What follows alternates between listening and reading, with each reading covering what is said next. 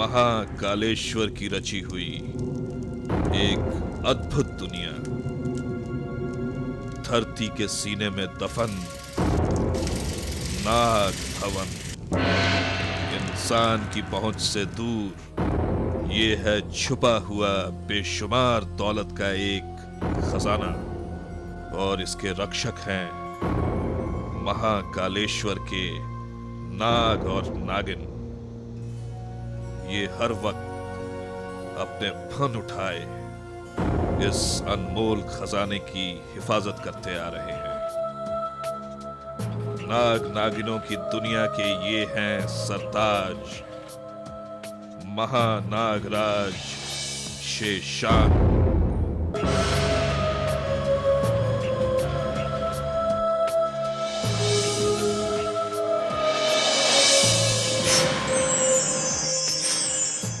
तुम्हारी वर्षों की शिव आराधना पूरी हुई। आज से तुम्हें इच्छाधारी का वरदान प्राप्त हुआ।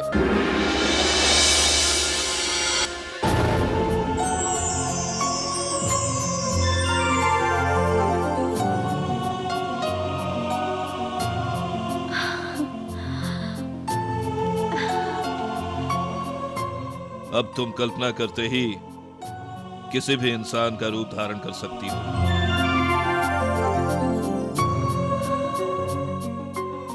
आज से मैंने तुम्हारा नाम वैशाली रख दिया। वैशाली।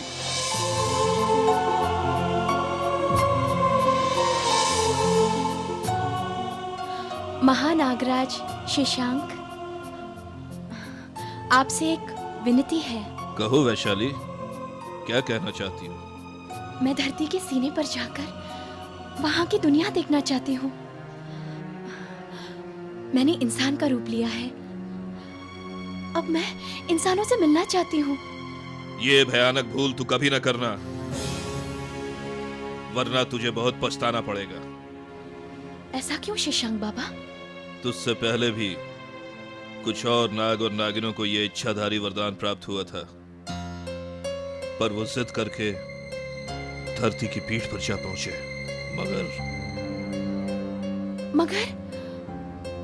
मगर फिर क्या हुआ? धरती पर बसे उन स्वार्थी और लालची इंसानों ने उन्हें मार डाला। मार डाला? ऐसा क्यों बाबा? इसलिए कि धरती पर बसे सारे प्राणियों में सिर्फ एक इंसान ही ऐसा है जो सबसे बड़ा लालची है। अपने लालच को पूरा करने के लिए इंसान अपने माँ बाप, भाई बहन, बीवी बच्चे, किसी का भी गला काट सकता है। मैं उसी लालची इंसान को अपने प्यार से भगवान बना दूंगी। मुझे एक मौका दीजिए बाबा। तू जानबूझकर मौत के आंगन में क्यों जाना चाहती है वैशाली? मैं जाऊंगी बाबा। जिद न कर वैशाली, धरती पर जाने की बात छोड़ दे। नहीं बाबा, मुझे जाने की आज्ञा दीजिए। तू नहीं मानती तो ठीक है, जा। मगर याद रहे, नाग भवन में छुपे इन खजानों का राज भूल कर किसी इंसान को नहीं बताना। जा।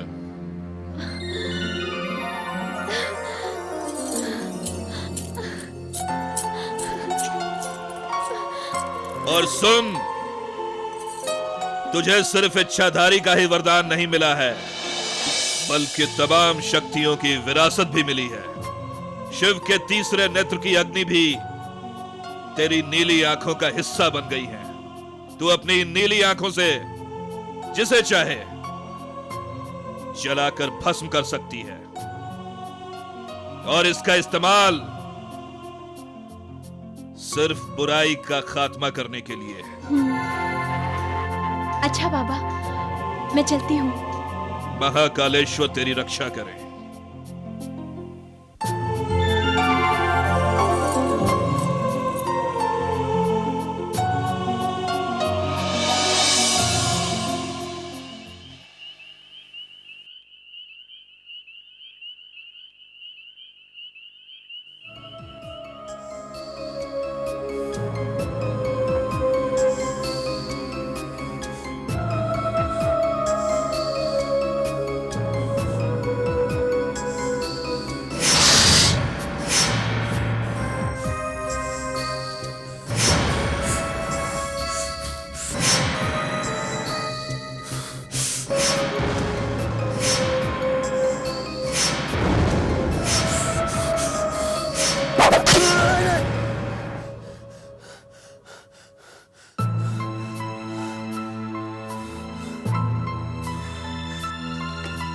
राहुल, राहुल, क्या हुआ राहुल बेटे? राहुल, राहुल क्या हुआ राहुल? बोलते क्यों नहीं बेटे? क्या हुआ? पापा, पापा मुझे लगा जैसे जैसे कई सांप मेरे जिस्म पर रेंग रहे हैं और मुझे मार डालना चाहते हैं। मैंने देखा कि एक भयानक सांप मेरे सामने आया और उसने मुझे डस लिया। मेरी समझ में नहीं आता है पापा, भैया को बार बार ये सपने क्यों आते हैं? सांपों का सपनों में बार बार आना क्या मतलब हो सकता है इसका? पापा एक दिन ये सपने मेरी जान लेकर रहेंगे। नहीं बेटा नहीं, ऐसा नहीं बोलते। तुम्हें कुछ नहीं होगा। और फिर ये तो एक सपना ही था।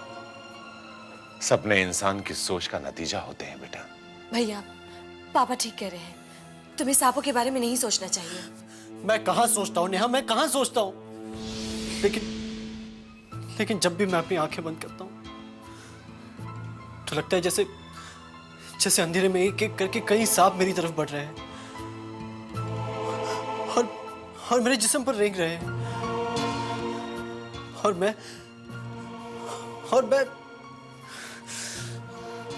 मत सोचो सांपों के बारे में, मत सोचो। भूल जाओ सब कुछ, वरना ये तुम्हें पागल कर देंगे। पागल।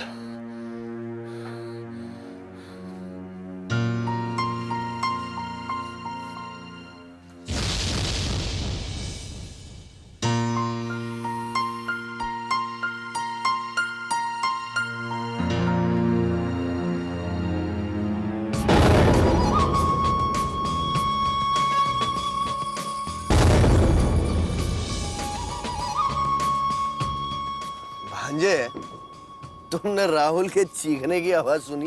हाँ मामा जी, ऐसी आवाजें तो मैं अक्सर सुनता रहता हूँ। और कभी गौर किया है कि राहुल को इस तरह के दौरे क्यों पड़ते हैं? अरे बहन कनिष्का, सभी जानते हैं कि सांपों का डर राहुल के दिल में बहुत गहराई तक बैठा है, क्योंकि उसको बचपन से ही सांपों का फोबिया है। सोचो, जो इंसान सपने में सांप देखकर चीख उठता है, अगर हकीकत में वही सांप उसके सामने आ जाए तो उसका क्या हशर होगा? भाई जाहिर है कि दहशत के मारे वो वहीं दम तोड़ देगा। और क्या? एग्जैक्टली, यही तो मैं चाहती हूँ कि मेरा सोतेला बेटा मर जाए, ताकि मेरे इस सगे बेटे विनोद के रास्ते में से सबसे बड़ा कांटा साफ हो जाए और फिर ये करोड़ों की प्रॉपर्टी का अकेला वारिस बन जाए। बहन कनिष्का, अरे मैं तो जिंदा ही तुम्हारे लिए हूँ और मरूंगा भी तुम दोनों के लिए। बस उस करोड़ों की प्रॉपर्टी से एक छोटा सा हिस्सा अगर मिल जाए तो मेरे अंतिम संस्कार के लिए किसी के सामने हाथ ना फैलाने पड़े। अरे मामा, पहले दूध हांडी में तो आ जाने दो। अगर मैं सारी मलाई चट कर भी गया तब भी दूध तो आप ही के हिस्से में आएगा ना मामा, क्यों? हाँ? बाजे, उसी दिन का तो मुझे इंतजार है। मैं दूध पीकर ही मरूंगा।